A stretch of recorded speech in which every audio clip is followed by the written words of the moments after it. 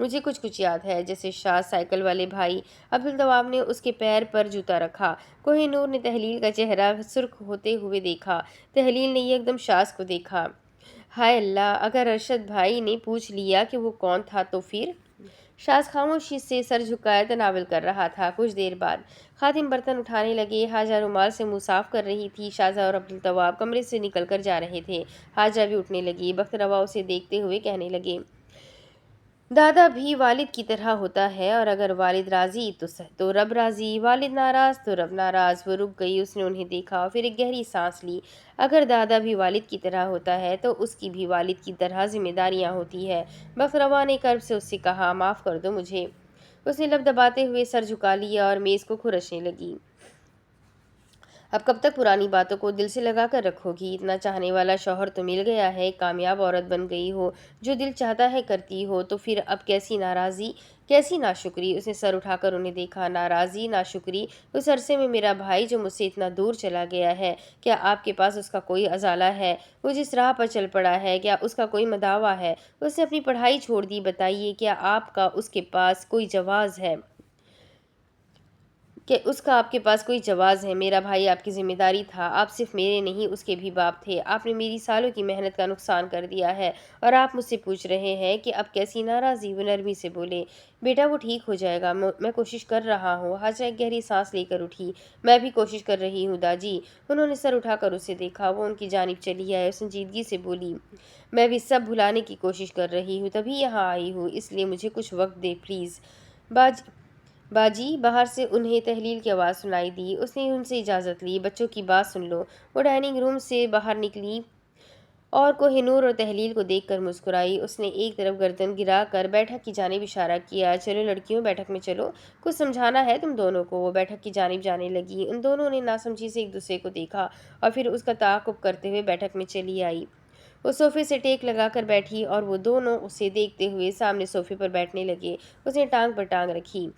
عورت کا دل وہ سلطنت ہے جسے فتح تو کیا جاتا ہے مگر اس پر حکمرانی نہیں کی جا سکتی۔ کوئی محبت اچھی یا بری نہیں ہوتی، بس اللہ نے اس کے ذریعے ہماری آزمائش لکھی ہوتی ہے، اور آزمائش اسی محبت میں ہوتی ہے جو گہری ہوتی ہے۔ محبت فطری ہے، ہر کسی کو ہو سکتی ہے، ہر کسی سے ہو سکتی ہے، یہ دل سے ہوتی ہے اور بڑی بے بس ہوتی ہے۔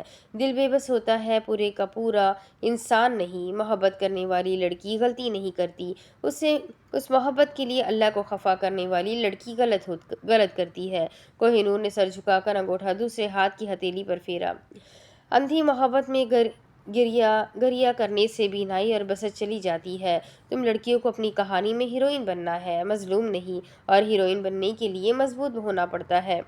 مضبوط بننے کے لیے کہ کوئی اصول نہیں ہوتے، کیونکہ ہم پہلے سے ہی بہت مضبوط ہے، بس اس چیز کا ہمیں احساس ہونا ضروری ہے۔ ہماری مضبوطی ہم میں ہے، اور اس بات کا احساس ہمیں تب ہوتا ہے جب ہمیں لگتا ہے کہ ہم ٹوٹ چکے ہیں اور غم کے سمندر ہمیں بہا کر لے جا رہے ہیں، مگر حقیقت میں ایسا کچھ نہیں ہوتا، ہمیں کچھ بھی نہیں ہوتا، کچھ بھی نہیں۔ اور آج تم دونوں کو خود سے ایک وعدہ کرنا ہے۔ وہ دونوں پوری توجہ سے اس کی بات سن رہی تھی۔ میں ایک وہ لڑکی ہوں جو اپنی ظاہری اور مالی حالت کی وجہ سے خود پر ترس نہیں کھاتی۔ میں ایک وہ لڑکی ہوں جسے اپنی قدر کروانی آتی ہے۔ میں ایک وہ لڑکی ہوں جو ایک شہزادہ، قصر اور پریوں کی کہانی کی خواہش نہیں کرتی۔ میں ایک وہ لڑکی ہوں جو کسی کی رائے کے مطابق اپنے نظریے کو نہیں بدلتی۔ میں ایک وہ لڑکی ہوں جو اپنے مسئلوں سے خود لڑنا پسند کرتی ہوں۔ میں ایک وہ لڑکی ہوں جو مظلوم، لاچار اور بیچاری جیسے لفظوں سے سخت نفرت کرتی ہوں۔ میں ایک وہ لڑکی ہوں جو کسی کی رائے پر انحصار نہیں کرتی۔ باجی، سلیمان بیٹھک میں چلا آیا۔ اس نے اسے دیکھا۔ ہاں، وہ اسے بتانے لگا، وہ ارشد بھائی کو ایک ضروری کام آ گیا ہے تو وہ چلے گئے ہیں۔ اچھا، اس نے یہ سن کر سر ہلا دیا۔ وہ کبھی بھی ایک ساتھ کہیں بھی باہر نہیں جاتے تھے، اور اگر انہیں کہیں جانا بھی پڑتا تو وہ بعد میں آتا تھا اور پہلے چلا جاتا تھا۔ کہ جو اپنے بچوں کے سرہانے بیٹھی ہوئی تھی، وہ دونوں ہاتھوں سے انہیں تھپکیاں دے کر سلا رہی تھی۔ الڑ بلڑ باوے وا، باوا کنک لے آوے گا، باوی بہ کے چھٹے گی 100 روپیہ وٹے گی۔ اس نے دھبکیاں دیتے ہوئے کسی خیال سے انہیں دیکھا۔ وہ دونوں سو چکے تھے۔ وہ ذرا مسکرائی اور اس نے پلنگ سے ٹیک لگائی۔ اب اس نے سائڈ ٹیبل پر رکھی ہوئی کتاب اٹھائی۔ اس نے کتاب کھولی اور صفحے پلٹ کر نشانی دیکھنے لگی۔ اس نے نشانی کے مطابق صفحہ نکالا۔ ایک جگہ اس کی نگاہ ٹھہر گئی۔ وہ پڑھنے لگی۔ ہم محبت نہیں کرنا چاہتے بلکہ صرف محبت کو پانا چاہتے ہیں، اور انسان کو جس چیز کی چاہ ہو اسے اس کو جاننا چاہیے تاکہ وہ اسے پہچان سکے۔ وہ رکی۔ محبت کو جان کر کیا کرنا ہے؟ اور محبت کو جان کر کیا کرنا ہے؟ وہ بھی تب جب مجبوریاں درمیان میں آ جائے۔ ہمیں محبت کو تبھی جاننا چاہیے جب ہم یہ جان جائے کہ وہ ہمیں مل سکتی ہے، ورنہ اگر درمیان میں مجبوریاں آ گئی تو بڑی گڑبڑ ہو جائے گی۔ مجبوریاں محبت کا گلا گھونٹ دیتی ہے۔ محبوب پر نظریں تبھی پڑنی چاہیے جب ہمیں اس بات کا یقین ہو جائے کہ وہ محبت ہم پر کوئی حسرت و علم نہیں چھوڑ سکتی۔ وہ اس لیے کہ انسان بعض اوقات ایسی چیز دیکھتا ہے جس کے حاصل کرنے پر اسے قدرت نہیں ہوتی، اور دل مارنے پر صبر کرنا بہت آسان ہے بنسبت اس دکھ اور درد کے جو کہ دل ہارنے کے بعد ملتا ہے۔ وہ کتاب سے پڑھنے لگی۔ محبت کیا ہے؟ کسی نے کسی چیز کی آرزو کی، اس نے اس سے محبت کی اور وہ اس کا شوق رکھتا ہے اور اس کو حاصل کرنے میں رغبت رکھتا ہے۔ یہ تو خواہش ہے، وہ بے اختیار بولی تھی۔ اس نے کتاب بند کی۔ کافی افلاطونی کتاب ہے۔ یکدم اسے یاد آیا، ہائے، میں نے تو رجب کو اپنی ٹکٹ کا کہنا تھا۔ اس نے اب سامنے دیوار پر لگی ہوئی گھڑی پر وقت دیکھا۔ کوہ نور آ گئی ہوگی، اللہ دتے کو سالن بھی بھجوانا ہے۔ وہ فٹافٹ اٹھی اور کمرے سے نکلنے لگی۔ وہ باہر صحن میں چلی آئی۔ اس کی نگاہ ٹیلی فون اسٹینڈ کی جانب گئی۔ اس نے اسٹینڈ کے قریب آ کر ریسیور اٹھایا اور نمبر ملانے لگی۔ اگلے لمحے اسے ٹیلی فون لائن بزی بتائی گئی۔ اس نے کال کاٹی۔ تحلیل کو ہاں کرتی ہوں۔ اس نے اس کا نمبر ملایا مگر اس جانب سے بھی کال بزی آئی۔ وہ چونکی، ہائے اللہ! اس نے دیدے مٹکائے، تو یہ کام ہو رہے ہیں یہاں، اس لیے رجب دیر رات تک دکان پر بیٹھتا ہے۔ اس نے کال کاٹی اور پھر سے نمبر ملانے لگی۔ اب گھنٹی گئی تو کیجو نے ناک سکیڑ لی۔ اگلے لمحے کال اٹھا لی گئی۔ ہیلو! اسے رجب کی آواز سنائی دی۔ کیجو نے جھٹ سے پوچھا، اگلا ڈرامہ کب کر رہا ہے؟ وہ دو ٹوک انداز میں بولا، فی الحال تو کوئی ارادہ نہیں۔ وہ کہنے لگی، اچھا یہ بتا ہے کب؟ چل وہی بتا دے، وہ اس حساب سے ٹکٹ بھی لا دے۔ وہ بھی نہیں بتا رہا۔ یہ کہہ کر اس نے ٹھک سے ریسیور رکھ دیا اور کیجو حیرت زدگی کے عالم میں کہنے لگی، دیکھو ذرا، اپنا فون لگ گیا تو صاحب کا بات کرنے کا انداز ہی بدل گیا ہے۔ رجب کاؤنٹر پر سے سامان سمیٹ رہا تھا۔ میں نہیں بتا رہا اس کو کچھ۔ جب دیکھو ابا جی سے میری شکایتیں کرتی رہتی ہے۔ ہمیں آزاد ہوئے 50 سال ہونے والے ہیں مگر اب بھی انسان یہاں غلام ہے، انتہا پرستی کا، تعصب کا اور تنگ نظری کا۔ اس لیے میں اب سے کسی کو نہیں بتا رہا کہ میں تھیٹر کرتا ہوں۔ دکان میں کوئی داخل ہوا۔ اس نے سر اٹھا کر دیکھا، دکان بند۔ وہ سلیمان کو دیکھ کر چونکا۔ سلیمان! وہ حیرت سے اسے دیکھتے ہوئے آگے چلا آیا۔ سلیمان نے ہاتھ میں شاپر پکڑا ہوا تھا۔ تم اس وقت دیکھو، 8 بج رہے ہیں، بچے اس وقت باہر نہیں نکلتے۔ اس نے بے تاثر نگاہوں سے اسے دیکھتے ہوئے شاپر کاؤنٹر پر رکھا۔ رجب نے اس کی جانب دیکھا، یہ باجو کی ایک قمیض کھلی کروانی ہے۔ وہ شاپر کھولنے لگا اور سلیمان فوراً سے دکان سے باہر نکل گیا۔ رجب نے بے اختیار سر اٹھایا، ارے! اس نے پھر سے شاپر کی جانب دیکھا، یہ کیا؟ بتایا بھی نہیں۔ اسے شاپر کھولا اور اس میں سے گلابی رنگ کی قمیض نکالی۔ اسے کھولنے لگا۔ جیسے ہی قمیض کھلی تو وہ بھوچکا رہ گیا۔ قمیض کے اوپر ہی 300 روپے پڑے ہوئے تھے۔ اگلے لمحے فون کی گھنٹی بجی۔ وہ ہنوز ان پیسوں کو دیکھتے ہوئے ریسیور اٹھانے لگا۔ اس نے ریسیور کان سے لگایا، ہیلو! تحلیل ٹیلی فون کی تار کھینچتے ہوئے صوفے پر بیٹھی، ہیلو! اس کی آواز سن کر وہ کچھ کہہ نہیں سکا۔ وہ اس کی آواز لرزنے لگی۔ آپ کا مطلب آپ کے 300 روپے؟ تحلیل اسے متاثر ہوتے ہوئے بولی، ایماندار انسان ہو تم۔ وہ گڑبڑا کر کچھ کہنے لگا، نہیں وہ کیا نہیں وہ محفوظ ہوئی۔ اس نے بولنے کی ہمت کی، ڈر کیوں رہے ہو؟ اسے جب کے رد عمل پر تعجب ہوا تھا۔ میں قسم سے تابع کو کچھ نہیں بتاؤں گی۔ رجب نے بمشکل ایک گہری سانس لی اور کہنے لگا، دیکھیں، کیا تم کبھی دیکھے سنے دیکھے سنے کے علاوہ اور کوئی بات نہیں کر سکتے۔ رجب نے لب دبا لیے۔ وہ اترانے لگی، خوش نصیب ہو تم جو میں تم سے بات کر رہی ہوں، ورنہ سارا دن یہ فون بجتا رہتا ہے اور مجھے پرواہ تک نہیں ہوتی کہ کون مجھے فون کر رہا ہے۔ لڑکے مرتے ہیں میری آواز سننے کے لیے۔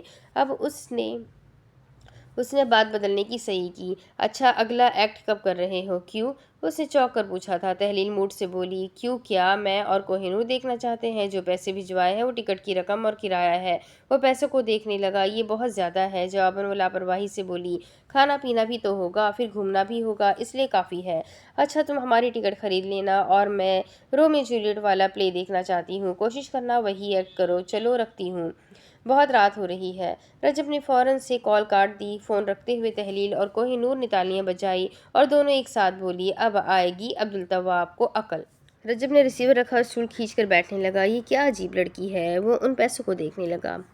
حلال میری قسمت میں ہے، مگر حرام کی جانب جھک رہا ہوں۔ اللہ نے خواہشات کی پیروی سے داؤد علیہ السلام کو بھی منع کیا تھا، اسی لیے کہ یہ خواہشات حرام راستے کی جانب لے جاتی ہے۔ کامیابی کا برج بننا چاہتا ہوں، مگر جانتا ہوں حلال سے ممکن نہیں۔ کیا کروں ان پیسوں کا؟ اس لڑکی کو پیسوں کی بالکل قدر نہیں ہے۔ اس نے سر جھکا لیا۔ 10-10 ہزار روپے کے سوٹ پہنتی ہے، کھلے پیسے اڑاتی ہے، ہر نئی فلم اسے دیکھنی ہوتی ہے۔ یہ لڑکی بہت مہنگی ہے اور بہت مہنگی پڑتی ہے۔ دوسری طرف سپہر کی پیلی دھوپ لان میں پھیلی ہوئی تھی۔ وہ گیٹ عبور کرتے ہوئے لان میں داخل ہوا تو اس کی نگاہ کرسی پر بیٹھی ہوئی ہاجرہ پر گئی۔ اس نے پلکیں اٹھا کر اسے اپنی جانب آتے ہوئے دیکھا۔ بزرگ خاتمہ شاذ سے کہہ رہی تھی، صاحب جی، بی بی جی بہت اداس ہے، گھر کی جب کی گھر آئی ہے، نہ کچھ کھایا ہے نہ پیا ہے۔ وہ اس کے سامنے چلا آیا اور پھر اسے دیکھتے ہوئے اس کے ساتھ بیٹھنے لگا۔ بزرگ خاتمہ پیچھے ہٹ گئی۔ ہاجرہ نے پھر سے نظر جھکا لی، بڑی سنجیدگی سے اس سے کہنے لگی، شاذ، I am so upset with the law of the country۔ وہ ہنوز اسے دیکھ رہا تھا اور پوری توجہ سے اس کی بات سن رہا تھا۔ میں جہاں سے آئی ہوں وہاں تو کتوں کو بھی انسانوں کی طرح رکھا جاتا ہے، اور یہاں انسانوں کا کیا حال ہو رہا ہے یار۔ I am so upset۔ میرا دل چاہتا ہے ابھی اپنی ٹکٹ کرواؤں، مگر اس نے کرسی کے بازو پر ہاتھ مارے۔ مگر میں وہاں جا کر کیا کروں گی؟ وہاں کسی کو میری کوئی ضرورت نہیں ہے۔ میری ضرورت یہاں ہے، لیکن جب میں یہاں انسانوں کے ساتھ، خصوصاً عورتوں کے ساتھ بدسلوکی ہوتی ہوئی دیکھتی ہوں تو میرا دل آزردہ ہوتا ہے۔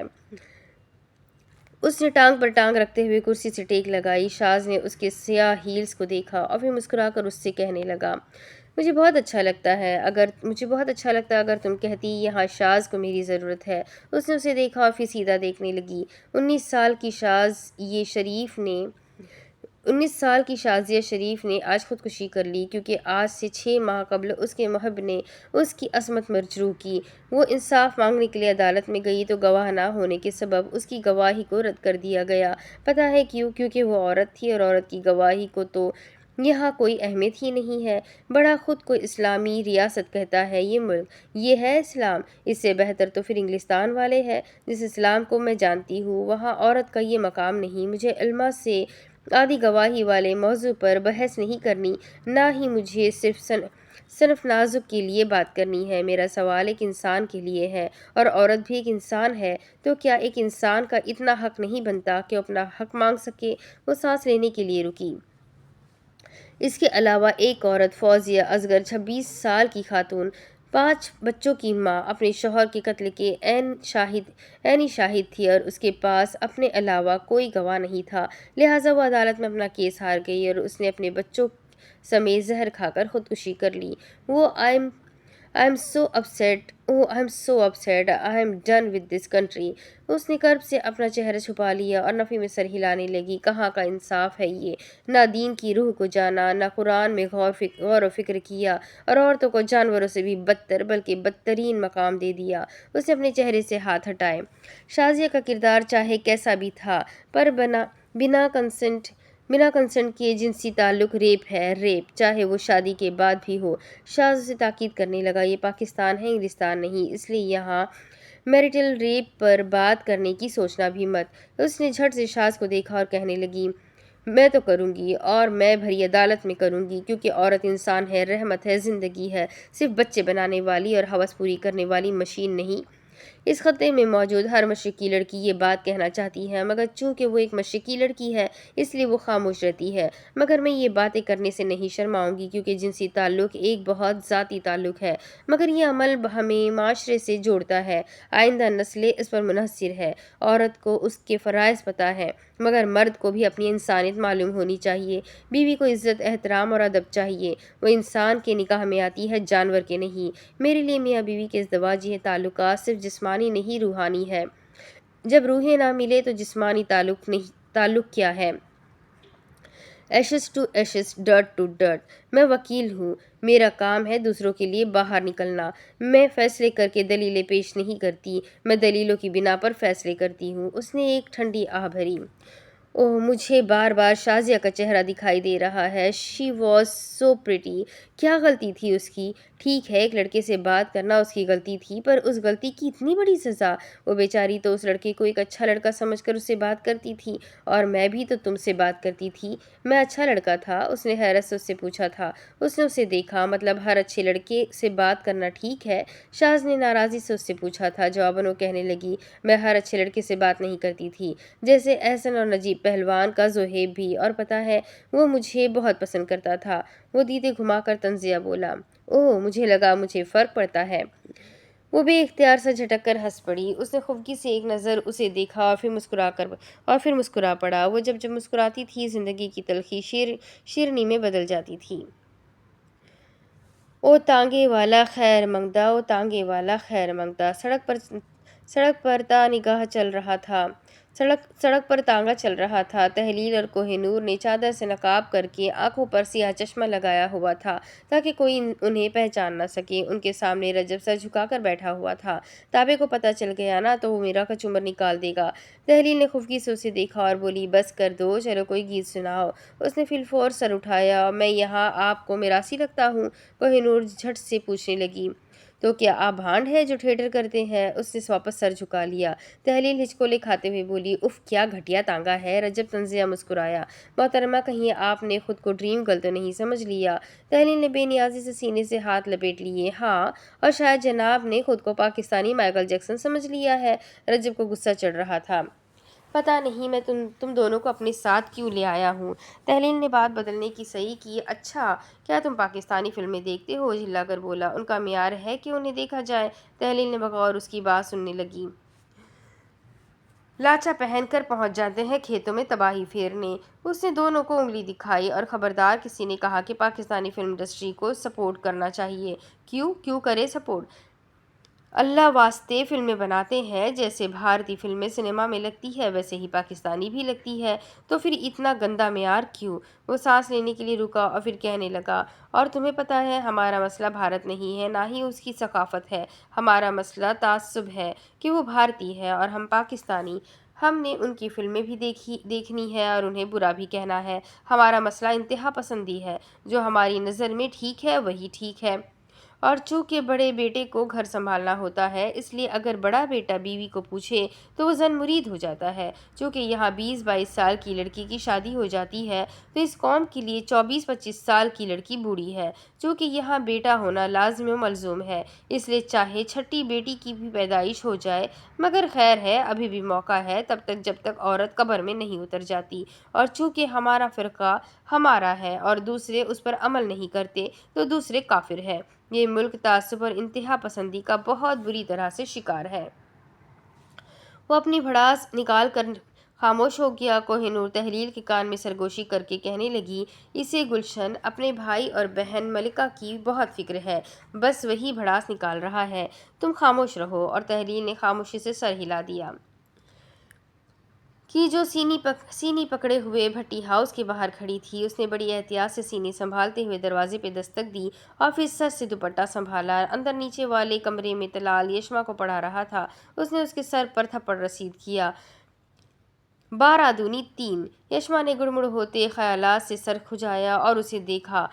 33۔ اس نے اس کی پشت پر ایک تھپڑ رسید کیا۔